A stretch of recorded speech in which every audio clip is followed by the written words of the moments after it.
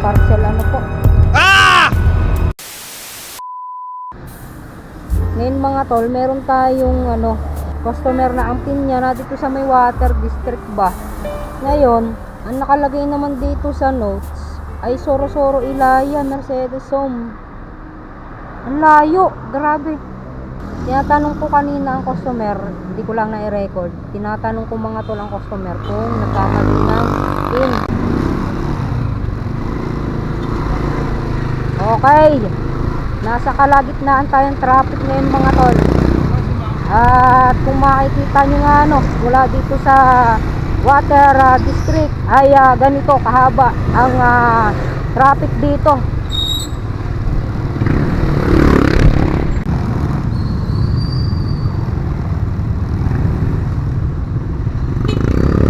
Okay, kung makikita nyo nga mga tol, kaya traffic ay meron pong naka-stop dito na truck.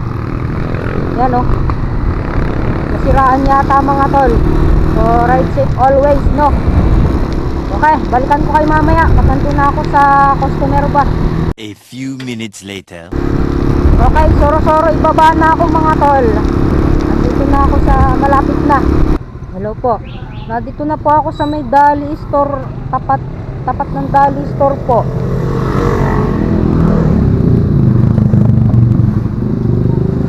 Po.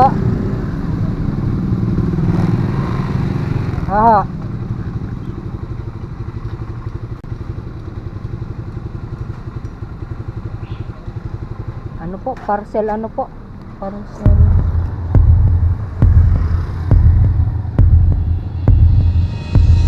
Ano po ba to? Loob ng subdivision?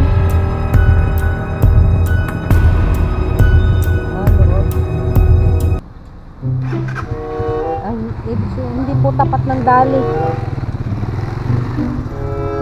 Parcel 4. Ito parcel 4. Papasok to.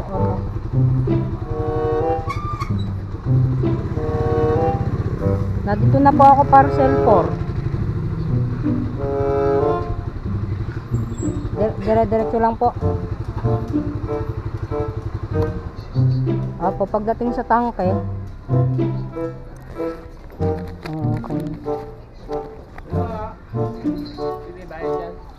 Bayad na kayo dyan. May bayad ang Delivery. May bayad ang delivery. Magkano ka? Food Panda magde-deliver. May bayad. Ano may bayad? Babayad kami? Magkano? 20. May bayad ba ang entrance dito? Wala kayo verification. Parcel po. Hello po ma'am. Ma'am, ako kasi naka-record. Okay galang sa inyo ma'am na ito yung ma-upload din sa YouTube, Facebook at TikTok. Naka-record po kasi ako. Or kung hindi ma'am, iba-blurred ko na lang kayo. Okay ma'am, malapit na po ako. Okay po.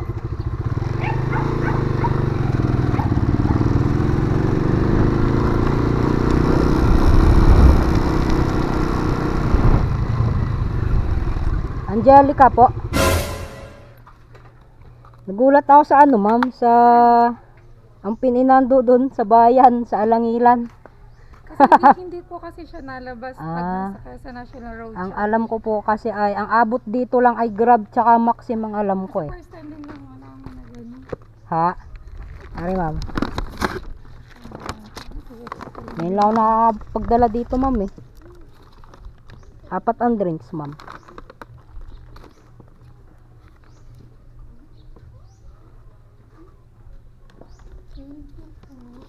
Salamat po.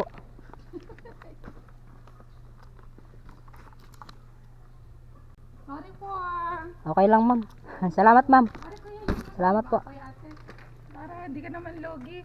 Ay, thank you po. Salamat po. Ingat po. Ang laking bagay po ara. Salamat po. Opo. Uy, 100 Jollibee Diversion Road. Kuya, thank you Salamat po ulit. Sige po. Grabe pala si Lord talaga. Tapos, mga tol, ang hindi ko ina-expect ay bibigyan ako ni customer ng 100 pesos na tip. Saan ka magkikita nun? Ba talaga magpaala si Lord mga tol. At ayun, nagpaalam nga din ako kay customer na ako kasi naka-record o kung okay lang ba na mapa-upload dito ba. So ayun, nagpaalam tayo, pumayag naman si customer. Nagpapaalam tayo sa customer mga tol kasi hindi nila alam na tayo nagre-record kasi hindi masyado pansin ang ating camera. Kung naka waterproof case, pansin tayo agad na tayo ay nagbablog. Nagpapaalam tayo mga tol sa customer bilang respeto natin sa kanila kasi habang buhay na sila ay mapapalagay sa social media gaya ng Facebook, YouTube, TikTok mga tol. Kaya bilang respeto, yun yung ginagawa ko, nagpapaalam tayo. At ang isa pa, ayun, nagkakaroon tayo ng kaibigan pa dito sa mga ganitong lugar. At ang isa pang maganda mga tol, laging mahinahon lang tayo palagi. Kahit mali si customer, kahit mali dyan, mali ang customer, o kahit sino ang mali sa inyo, walang ibang mahalaga kundi yung pagpapakumbaba natin ba mga tol. Alam nyo, hindi ako nag-expect na bibigyan ako ng tip. Wala, okay lang sa akin kasi ang motor ko naman sobrang tipid sa gas. So, ayun, biyaya ng Panginoon mga tol mula kanina. Okay. Hanggang dito na lang ang vlog natin mga tol. Salamat sa inyong pagsama, suporta, subaybay. From JR Adventure pa sa lupa, mata sa langit. Peace out and God bless.